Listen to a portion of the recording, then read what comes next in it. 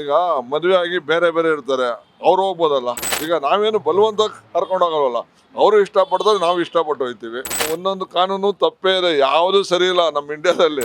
ಹೋಗೋರು ಹೋಗೋ ಮಾತ್ರ ಕ್ರೈಮ್ಸ್ ನಡೀತಾರೆ, ಬೇರೆ ಎಲ್ಲೋ ಆಯ್ತಲ್ವ ಕ್ರೈಮ್ಸ್.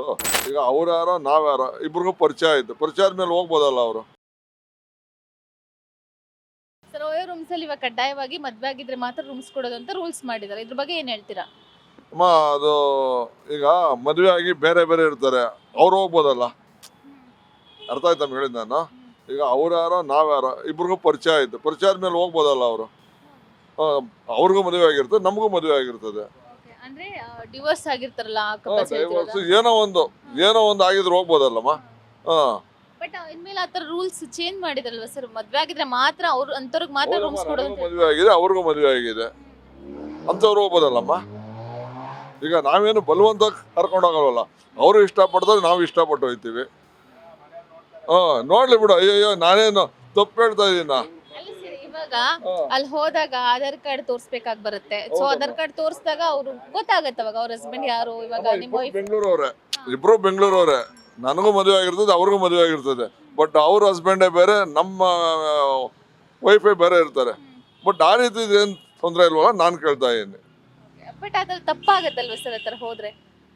ಎಲ್ಲ ಅಮ್ಮ ಒಂದೊಂದು ಕಾನೂನು ತಪ್ಪೇ ಇದೆ, ಯಾವುದು ಸರಿ ಇಲ್ಲ ನಮ್ಮ ಇಂಡಿಯಾದಲ್ಲಿ. ಅರ್ಥ ಆಯ್ತಾ? ಎಲ್ಲ ಕಾನೂನು ತಪ್ಪೇ. ಇವತ್ತು ಅಧಿಕಾರಿಗಳಿಗೆ ಹಣ ತಗೋಬೇಡಿ ಅಂತಾರೆ, ಅವ್ರು ಹಣ ಇಲ್ಲದೆ ವ್ಯಾಪಾರನೇ ಮಾಡಲ್ಲ ಅಲ್ಲಮ್ಮ. ಇವತ್ತು ಯಾವ್ದು ತಪ್ಪಾಗಿಲ್ಲ, ಎಲ್ಲ ತಪ್ಪೇ. ನೋಡಿ, GST ಹುಟ್ಟೋ ಮಕ್ಳಿಗೂ ಆಗ್ತಾವ್ರೆ, ಅದು ಅದು ಅದು ತಪ್ಪಲ್ವಾ?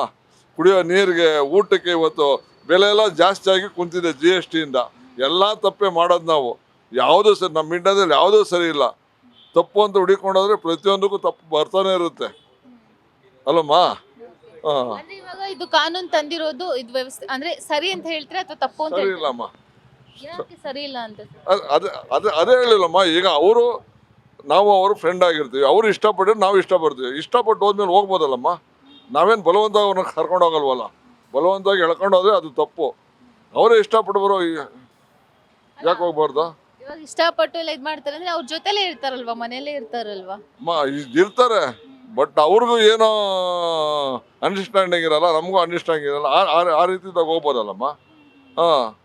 ತಪ್ಪೇನು ಹೋದ್ರೆ ತಪ್ಪೇನಮ್ಮ. ಅಲ್ಲ, ಇವಾಗ ಕ್ರೈಮ್ಸ್ ಎಲ್ಲ ಜಾಸ್ತಿ ಆಗ್ತಾ ಇತ್ತು ಇದಕ್ಕೆ ಮುಂಚೆ. ಆಗ್ತಾ ಇತ್ತು, ಬಟ್ ಎಲ್ಲ ಅದೇ ತೀರ ಆಗಲ್ಲ. ಏನೋ ಒಂದು 10% ಕ್ರೈಮ್ ಆಗ್ಬೋದು, 90% ಏನು ಆಗಲ್ವಲ್ಲ.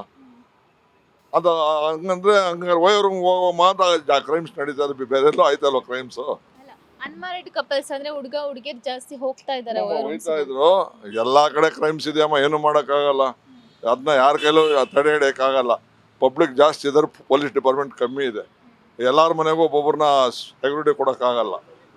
ಹಾಗಾದ್ರೆ ಆಯ್ತಾನೆ ಇರ್ತದೆ, ಹೋಗೋದು. ಈಗ ಎಲ್ಲ ನಡೀತಾನೆ ಇದೆ. ಎಷ್ಟು CC ಕ್ಯಾಮ್ರಾ ಬಂದಿದೆ, ಎಲ್ಲ ಬಂದಿದೆ. ಆದರೂ ಕೊಲೆ ಮಾಡ್ತಾರೆ, ದೊರಡೆ ಹೊಡಿತಾರೆ, ಪ್ರತಿಯೊಂದು ಆಗ್ತಾನೆ. ರಾಬ್ರಿ ಮಾಡ್ತಾರೆ. ಯಾವ್ದು ನಿಲ್ಸೋಕ್ಕಾಗುತ್ತೆ ಹೇಳಮ್ಮ? ಈಗ ನಾನು ಹಿಡಿತಾರೆ ಅಂತ ಗೊತ್ತಿದ್ರು ನಾನು ಮಾಡ್ತೀನಿ ಆ ಕೆಲಸನ.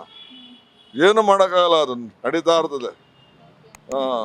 ಏನ್ ಹೇಳ್ತೀರಾ, ಏನಕ್ಕೆ ಈ ತರ ಕಡ್ಡಾಯವಾಗಿ ರೂಲ್ಸ್ ಮಾಡಿದಾರೆ ಅಂತ ಅನ್ಸುತ್ತೆ ನಿಮ್ಗೆ?